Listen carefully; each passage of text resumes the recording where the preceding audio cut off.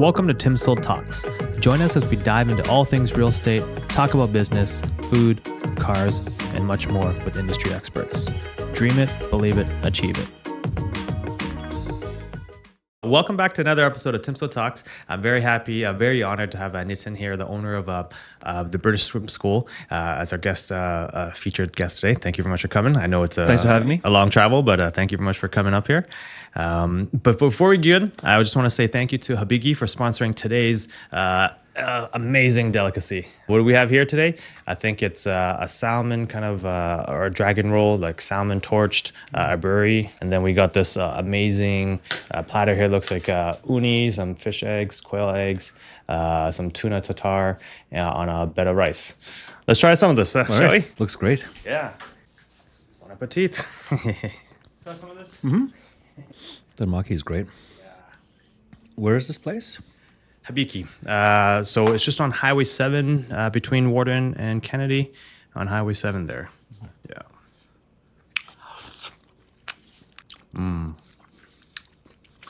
Oh, that's creamy. Thank you very much for Habiki for sponsoring this segment here. It's delicious. Okay, so back to your story, Nitin. Can you tell us how has everything started? Like how'd you get into the business and where you guys are right now and what kind of plans you have for the future? Yeah, absolutely. Thanks again for having me. Our pleasure. On the show. And I've been listening to a few episodes. It's been very informative on how much is happening in the community, and it's great that you're highlighting it for everybody. My stories kind of meandered to swim. Yeah. I started on my career in Bay Street and worked there for decades. Yeah. And then had an opportunity to be an entrepreneur and took that. So I opened my first business in downtown Toronto 6 years ago and survived COVID. Went through those. And then once everything stabilized, was looking to sort of use more of my time because the first business that sort of settled itself, was kind of running itself, and I was like, okay, what can I do? I had some pretty poor experience with swim schools with my son. I have an 11-year-old, and he was impacted by COVID in swimming, and there was a sort of the city runs a certain type of program, and there's some private schools that are good, but they really weren't the kind of service that I think was that should be available to families. Okay. So found the British Swim School, which is part of a franchise system, and so I have pools in Markham and Aurora in the area, and I also have a pool in downtown Toronto. Okay. Wow. Future plans. Yeah. We need more water. So if any of your listeners have pools, we're always open to looking at renting more pools.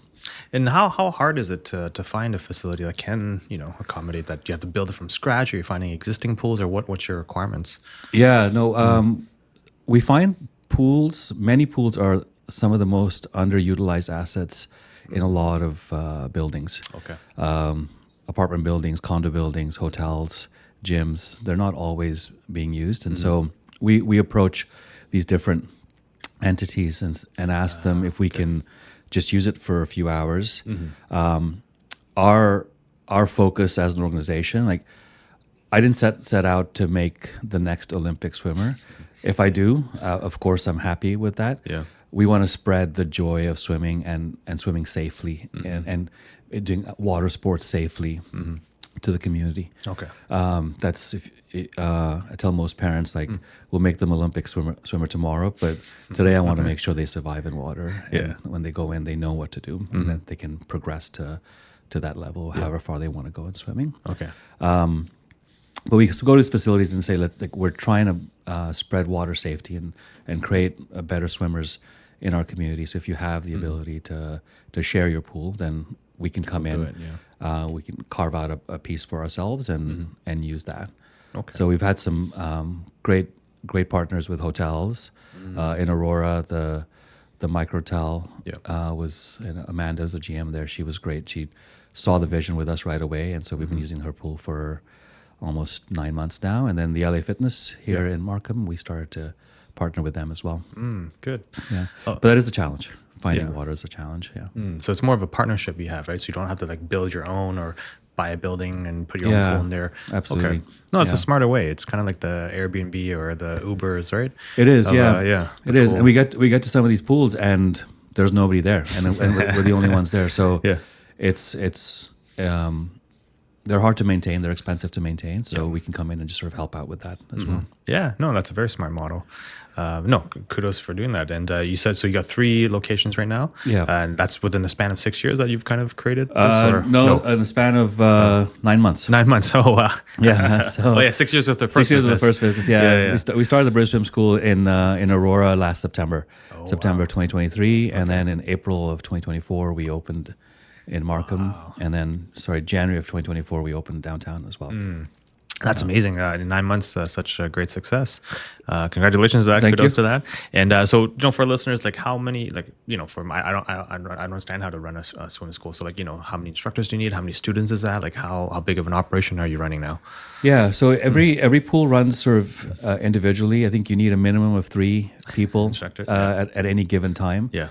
2 in the water, 1 on deck is sort of our model. And if the pool's a little bit bigger, then 3 in the water and 1 on deck. Or as much space as we have, we can grow into. Yeah.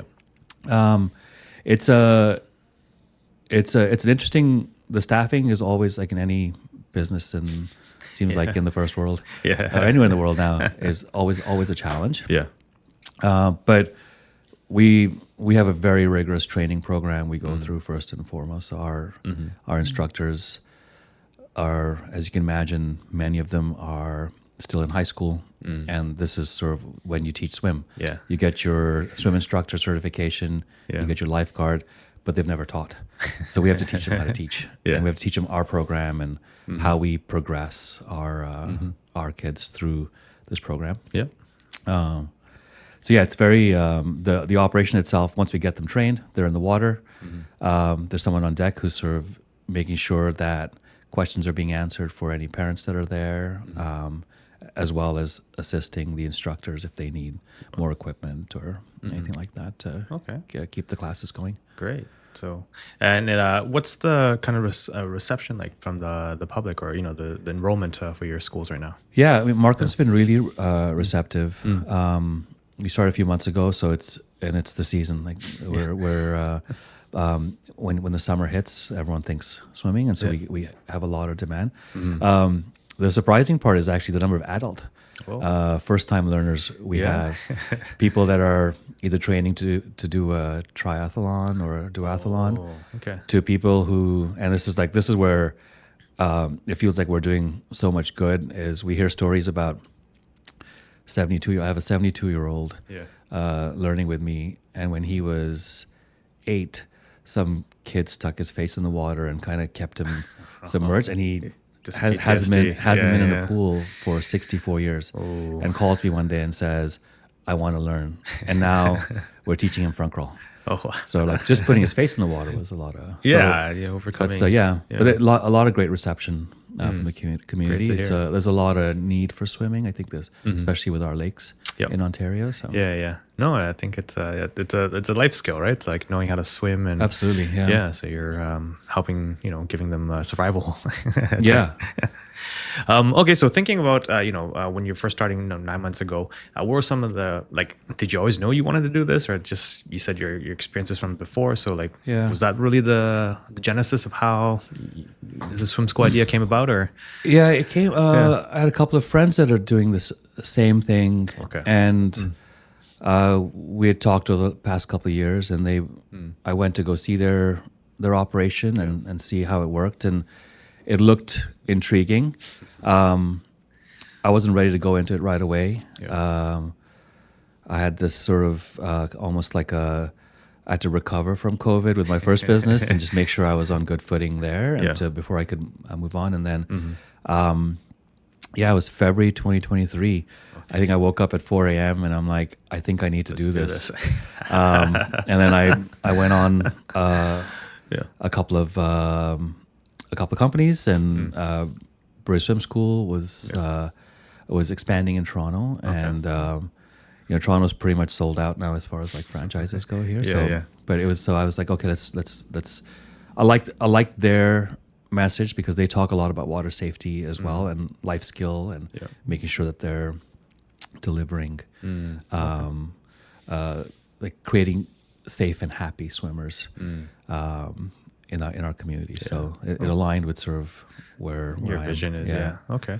And you said they're a franchise, so are they based in, or head office is based in the UK? They're based in or the founders from the UK. Yeah. She started the company 40 years ago, Okay. and then now it's based out of Virginia Beach, Virginia. Yeah. So it's a huge presence in Florida and up the Eastern Seaboard, and in the GTA now. In the as well. GTA. Okay. So only North America. Are they anywhere else, or? No. Okay. Just U.S. and Canada. For now, until you start. That's a big expansion. Yeah, no, you got to think big, right? So. Yeah, absolutely. All right. So talk about some of the rewards that you've had over the last 9 months. I know it's still a young kind of company, but from the stories and from the the success of it, it's growing quite rapidly. So any kind of like positive wins or success stories you can share with our audience? Yeah, absolutely. I mean, for us, every day is gratifying. Yeah.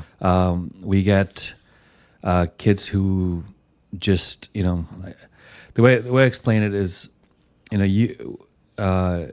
you're a parent. Like from day one, you tell your kids to be careful of water and to be wary of strangers. Yeah. And then when they're 4, you go, hey, go to that water and go to that stranger. Yeah. So the way we take it from that point, where some kids are naturally risk takers and some kids are averse to risk. And we build them up into being confident swimmers. And so I'll see a child that comes in, doesn't want to put her face in the water, and then 5 weeks later they're jumping off the edge of the pool and showing us that they can submerge their head completely. And that sort of progression, it's gratifying every time we're by the pool.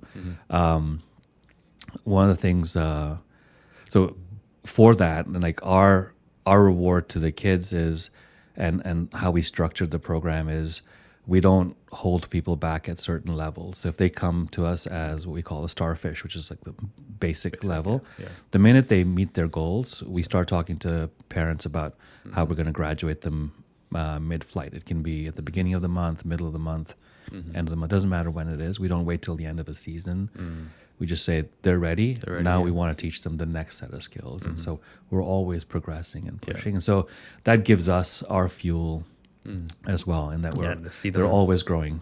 And so that's the biggest sort of reward in this business. And it's similar with adults when they are literally quivering when they climb into the pool to doing a front crawl in front of you, and you're like, where did this come from, right? Yeah. And it happens. It's like it's a switch. It's a really long flat line of like watching them. They don't feel like they're progressing to all of a sudden it's an exponential sort of growth when they grow. And I guess you see the pride in their eyes when they're showing off their new skill, right? Like it's like a proud parent. That is there's no, we get that every day. We get that every day. That's amazing. Okay, so then on the flip side, then what have been some of the challenges or what you've experienced? 10 months ago, if you talked to me, I would have been a much different, a lot less bullish. It was, we really struggled to find water in the beginning. Our goal was to open in Markham first. That was when we first kind of did our business plan. We're like, Markham is, my wife grew up, she went to Milliken. Actually, she grew up here. So like, we're in Unionville all the time. And so this is where we wanted to open our first pool.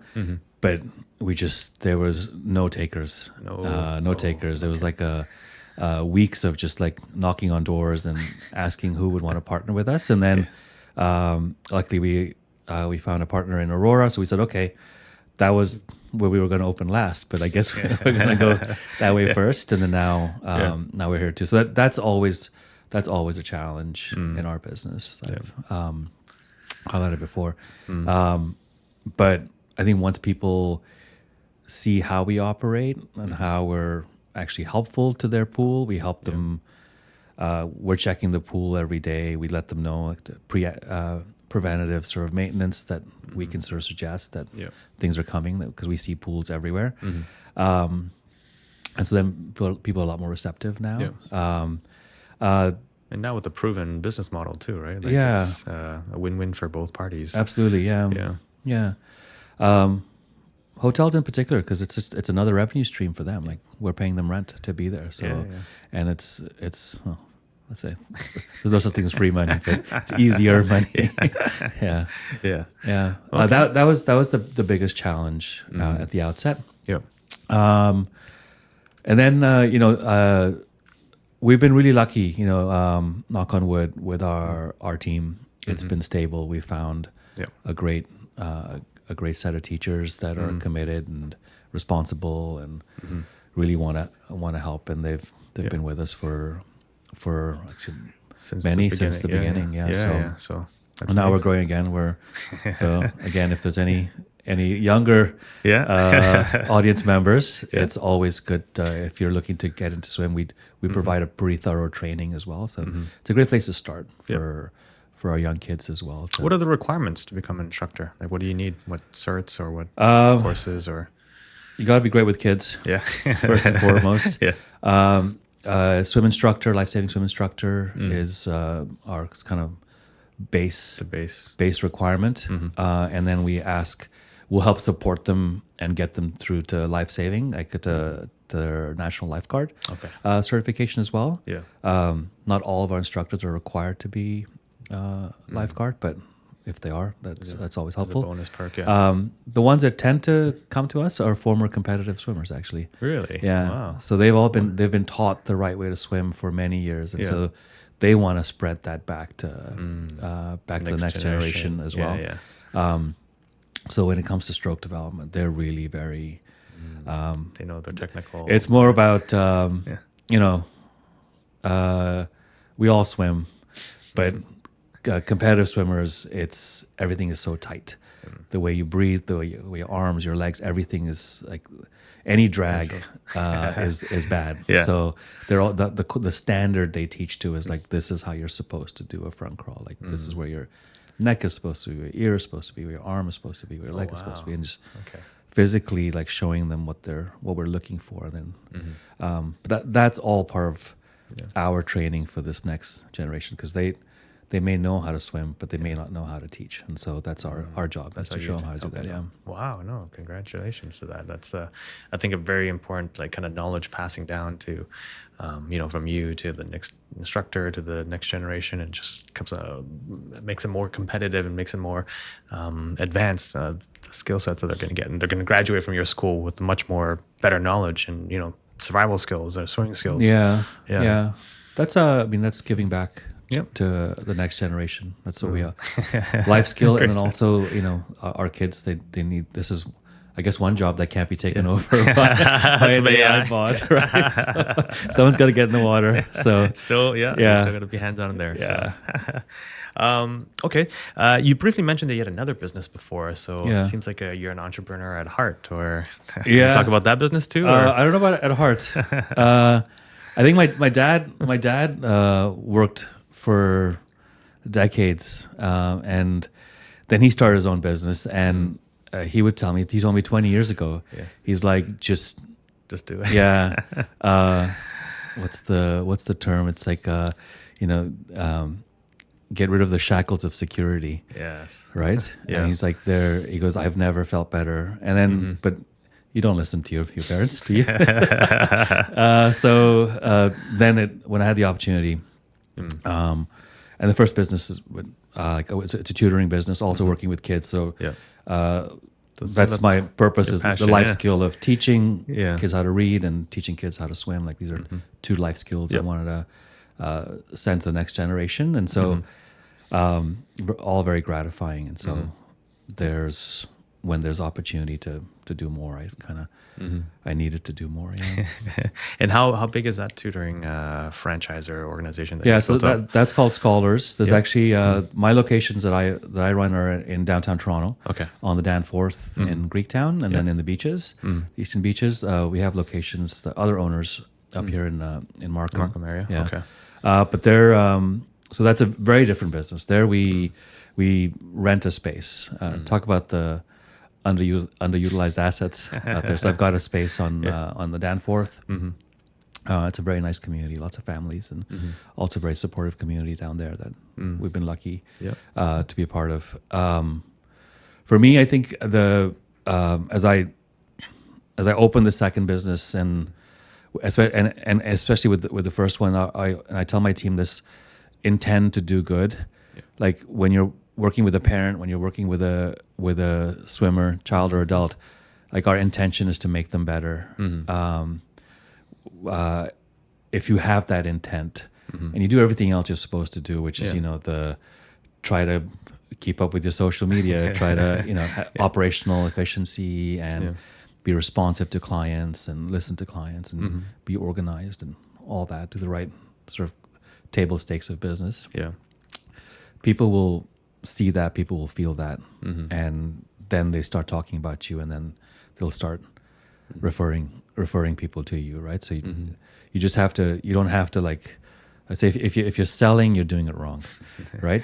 Solve a problem. Everyone's calling you they want you to help them solve provide a solution to whatever their problem is that day, and we try to find a solution always.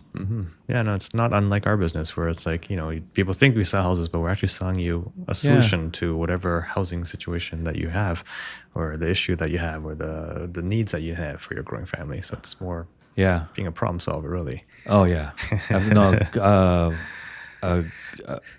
When you're buying something like a home, you need an advisor, someone who's on your side, on your best interest, working for your best interest. So I think it's important takeaway. I think for both our businesses, it's like you act with integrity, you try and do good, you try and use what knowledge you have to help the clients as best as you can. It simply boils down to that, the customer service level you can provide as well. I think yeah, absolutely. And the rest of it, like obviously, like as I say, like when a client calls, you have to like the first one to call back tends to there's always that you have to be responsive. But at the end of the day, they definitely feel the difference if you have the right intention, for sure. Yeah. No, I think you're on the right track there, and that's why I think you're able to be so successful in starting the first business. Now you're venturing a second. Will there be a third in the future? Or thinking about it, maybe? No. I think I may get kicked out of my house if I take on too much now. No, it's it's so early. We're only 9 months into it, so we've got a little bit of time to really kind of grow here, be a part of the community here, and focus on this for a while. And nice. Okay. From there, okay. So, you're running two different franchises now, right? So for our audiences that don't know, the challenges of that, could there any tips or any advice you'd give them if they're looking to get into a franchise business? No, it's a great. It's an easy way to enter. You don't have to think about what your logo is going to be and create your website. All that the infrastructure is done. They're like families. There's a lot of good and there's a lot of like not so great and it just kind of depends culturally on how each franchise operates. Okay. But what's the best part about a franchise is that there are 20 other people that are exactly like you, and they're all solving or trying to solve the exact same problem. So the person in Mississauga or in Etobicoke or in Brooklyn all have the same challenges you do, and so you have no one needs another WhatsApp group. Get another WhatsApp group of, I have this problem. Has anyone else encountered this? And then you just get this flood of, well, maybe not exactly what you're experiencing, but we had this situation and this worked. And then you look at all the feedback that comes back, and you go, they all seem to solve the problem, but this one feels more like me, similar to you, and the way I would approach solving it. So I'm going to latch onto that and use that. So their franchises are great. for that. Good hour. What's really interesting for me personally is being in two very different franchise systems. One's a Canadian owned, one's an American owned. So it's they're culturally different. But they both have best practices and they both have things that I think they could do better. So I learn from both and I implement the best from both into across all my locations. That's interesting you say that. It's like, can you share some of the American Canadian differences, or would you? Like I think the 20th franchisee for Scholars or 26th franchise. Like I was pretty early on. Yeah. So I'm very like the owners are very accessible. To me, and we meet in person all the time, and there's always sort of conversations of, hey, here's my ideas on what I think we need to get better at, and it's heard. With others, it's a much larger system. Like the American is a much larger system, and so you have less feedback. But then on the flip side, you also have a lot more best practice coming your way with them too. But so accessibility is one big difference. Culturally, and I think it's funny, like one's system heavy, one's not as system heavy. So it's like I think on the swim school side, I must have like 4 different softwares I use, whereas on the tutoring side, I just have one. I could do with one more, and here I could do with one less. So it's kind of like, so there's a lot of those. They're very, very nuanced, but both have been very positive experiences. And anytime I have a problem, if I go back to either head office, there's always someone who's in my corner to help me. I guess it's their best interest to see that you continue. We're business partners, right? Yeah. They want to see us grow. They're invested in our growth as much as I am invested in growth as well. So, and it's interesting you said about the growth and seeing you guys do well. So, could you talk more about that kind of COVID period, where obviously very challenging when you weren't allowed in person? For the tutoring. So we converted.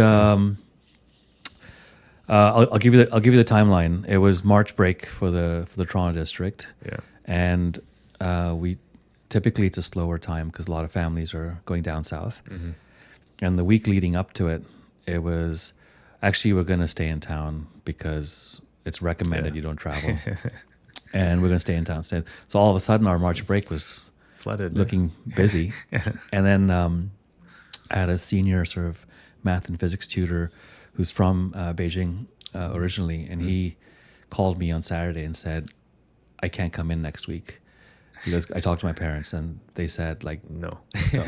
And so that day I was like, okay, how do I've got, I have people that need to be tutored, like, and you're my like senior science tutor. So that night I was on the phone with him and we were on Zoom trying it out. And we kind of figured it out, but it wasn't working. And then on Monday, this is the Monday when everything closed for those 2 weeks, right? On Monday, a teacher says, I've got this tool I've used before. And then I'm on a call with some guy in Waterloo who's in his living room, and he's got an online classroom. And so we had to pivot. And then that's what I meant by like access to the ownership with the Scholar side was, on Tuesday, we're seeing a demo of this tool. I'm signing the contract. On Wednesday, the owner of the franchise is calling me and saying, what do you think? And I said, well, it's a guy in his living room, but it seems like it's going to meet our needs. By Thursday, we've got a franchise-wide agreement signed, and the whole franchise by Monday is now online. Okay. So that's mobile. So, but that was we had to be nimble. And we did. But then it was just, it was really about like, we weren't making any money for that year at all. It was all loss, but it was about staying connected to your community and trying to offer something. Cause I don't know how it was for you, but for us, it felt like there was no school. Yeah. The online. Yeah, it didn't work. And so we went to parents and said, like, my schedule was, we're going to do a half hour every day with our kids. So it's like 9 a.m. to 3 p.m. It's like half hour blocks. Wow. And we're like, half hour is good for now. Unless they're older, we'll do an hour. But and I'm calling my neighbors to say, I've got this new tool. Can I borrow your kid for a trial session? And so we pivoted online, and really kind of, luckily with the subsidies and everything, we were able to sort of make it through. Nice. But it was a stressful time. But it was like, as you do in business, you have to find a way to survive. Like your job as the owner is to solve the problem always, right? So that's what we do. Yeah. Good. And now back to in person, back to full time scheduling. Still have some families that decide to stay online, and that's okay. So we still have that offering. It's now we have a new, like in the summer, especially when families are up at their cottage, but we're like, your kid really needs the French. Yeah. So we do a couple of online sessions with them over the summer, but it's all back in back in person and back to normal now. Yeah, right? Yeah. Good. And that was the other thing that was attractive about the swim school is from a business perspective was that the tutoring slows down over the summer, but swimming picks up heavily over the summer. So it just kind of keeps mind. Complements each other. Yeah. No, that's good. Now you got winter and summer offerings for. Yeah, now I have no downtime. I was gonna say, how do you keep yourself? You're managing a lot, obviously. Yeah. You got your family and the two businesses. How do you manage your time? Like, what's the secret sauce? Hire good people. Lean on people for sure. Yeah. So my personal health every morning is my gym time. Yeah. So I go to I'm usually like 9 to 11. Like if anyone asks me for a meeting, I'm like, no. I'm available after 11 a.m. Yeah. Until then, I don't really have a lot. Plus, that's the time I spend with my son, getting him off to school and just sort of connecting with him. Both my businesses run after school, as you can imagine. Yeah. So that tends to take up some family time in the evenings, but then I try to get home, and then we do a lot of family time afterwards. Good. But I think I've been really lucky to and this is something you always do is when you hire people and you go, okay, I think that person has the ability to do more than what they applied for. So we're going to start them off as an instructor, but we're going to maybe just say, hey, can you come in for an extra couple of hours and help do some administration and help do whatever it is, right? Yeah. And then you build them up. And then when the opportunity comes, you say, okay, well, I'm stepping out of this day to day. Are you comfortable stepping in? And usually like we've had that conversation a few times, and that's the direction they want to go in their career. So, that's amazing. Then they help run all the day to day, and I can focus on the business. Yep. And really. I show up at every business and saying, where do you need me today? Because hopefully they've already thought of it. And that's usually how it is. They go, well, today I need you in the office because we need someone to talk to the parents because I'm in the classroom. Or others are like, I need you on deck because I have to jump in the water today. I'm like, all right, I'm on deck with you. So good. Otherwise, it's like, no, go home. We don't need you. We don't need you. They're only going to get in the way. So sometimes I feel like a guest in my own business, So I'm like, those are. I think those are the best days where I walk in and I'm like, I'm really everything's taken care of. I'm actually getting in the way. Leave. No, but I would say that's a true sign of a successful business that's running that doesn't need your involvement, right? It's ideally, there you got your manageable staff that takes care of everything for you, and you just go in there and check and give new vision or new directions where then they implement it for you. So I guess that's always in the back of my mind, you always think is what's too much and what's too little, right? A lot of our team members are younger, and it's like, how much do you want to put on their shoulders? How much do they want on their shoulders? How much are they capable of holding? So you're always like, it's a juggling act, right? You just hope to have the right the right amount course. of support. Yep. Yeah. Right. But creating, I think, yeah, lots of ways, and that's really that's where my mind always is what's next for them, what's growth for them, what do I need to open up for them, so that give them opportunities or resources or to help out. And, how are they gonna thrive? Yeah. Right. Yeah. No, that's great. That's actually a really good indicator of being a good boss. And when you're not just trying to micromanage, you're trying to give them opportunities to grow and learn and develop their talent and give them opportunities to succeed. Right. So I think that's what I'm finding when I'm doing these interviews and talking to business owners is like that's kind of the secret sauce, like of what a good boss should be doing and helping them, helping the organization grow that way. So kudos to you. You're on the right track. Yeah, thank you. No, I won't take. I'll give all the credit to Bay Street for that.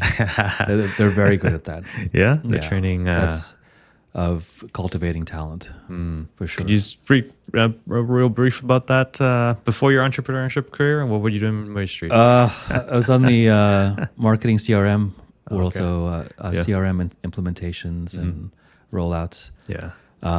Mostly in professional services. So companies like KPMG. Yeah. So, and I think it's like the amount of effort those companies take in investing in training for managers. So I was required to attend a manager training when I made manager. Bay Street was like, you have to go to Niagara and attend this manager training. Offsites.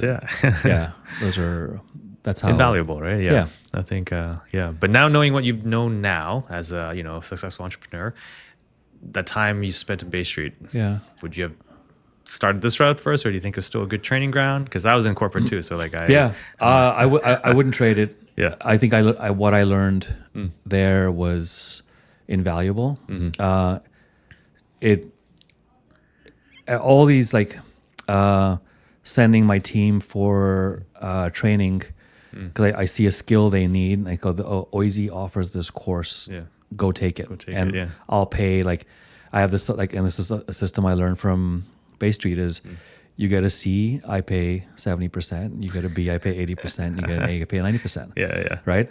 You're going to pay how much you want to pay depends on how seriously you're going to take that course as well. So that's something that I was always, whenever I had to go to a course, it was like, well, we're going to reimburse you, but based on performance. So things like that that's just natural.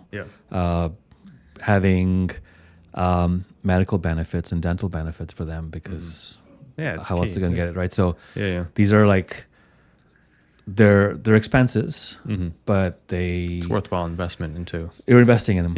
And hopefully they feel that. And for as long as we're together in this journey, then great. And if they feel that they need to move on, then amazing. I'll pull my hair out. Doing it. Okay, so before we wrap up, we got two questions that we always ask our guests. Okay. Number one is, what's the one type of food you could eat for the rest of your life? It's I think Mexican, hands down. Yeah. Breakfast, lunch, and dinner every day. I never tire of it. Yeah. Tortillas or taco or just. I'm a taco guy. Taco. Okay. Yeah. And just simple. Just some onions and cilantro. That's cilantro, it. just. Done. Yeah. A little bit of salsa. Done. Yeah. All right. And the second one is, what's the one feature you plan to have in your dream home, or do you already have it in your dream home? I think. That's a tough one because there's so many things, but I think an outdoor kitchen. Outdoor kitchen. Yeah, so a little gazebo, kind of barbecue kitchen. Nice. Doesn't have to be a TV there, but maybe just like a hangout space. But a nice setup with an outdoor kitchen to. Nice. So I always, when I watch the cooking shows, I'm like, especially the guys in San Diego, I'm like, oh, that looks good. Maybe not so practical in Toronto, but you can get those glass enclosures now. I've seen in the home, so maybe I'll send you a few listings. Okay, All right, so thank you very much. That wraps up our this week's episode of TimSold Talks. Thank you, Nitin, for coming on to our show. Where can our audience find you on social, or what's the links that we should give them? So Nitin at BritishSwimSchool.com. And our website, of course, and our Instagram Yep. is always pumping content. And I just started a TikTok channel, but I'll apologize in advance. The content isn't as fluid as I'd like it to be. Oh no, it's a building process. It's a fun platform to get yourself into. It is, just learning it. Yeah. And what about for the tutoring business? So Nitin at scholarsed.com and scholarsed.com, and also our Instagram is very active on that side too. Okay, good. Yeah, we'll make sure to have all the links for everyone to find them very easily. Thank you. If you enjoyed today's episode, please give us a follow and give us a 5-star review on Spotify. Remember, dream it, believe it, achieve it. It's a beautiful day to sell homes. Thank you very much for listening. Thank you very much for coming on. Thanks for having me, Tim. Thank you. Cheers. Hi, I'm Tim Kern, and I proudly lead the TimSold team. We're voted as one of the top 3 brokerages in Markham, and we will sell your house fast and for top dollar with the least amount of hassle, or we guarantee to buy it. Call us today and start packing.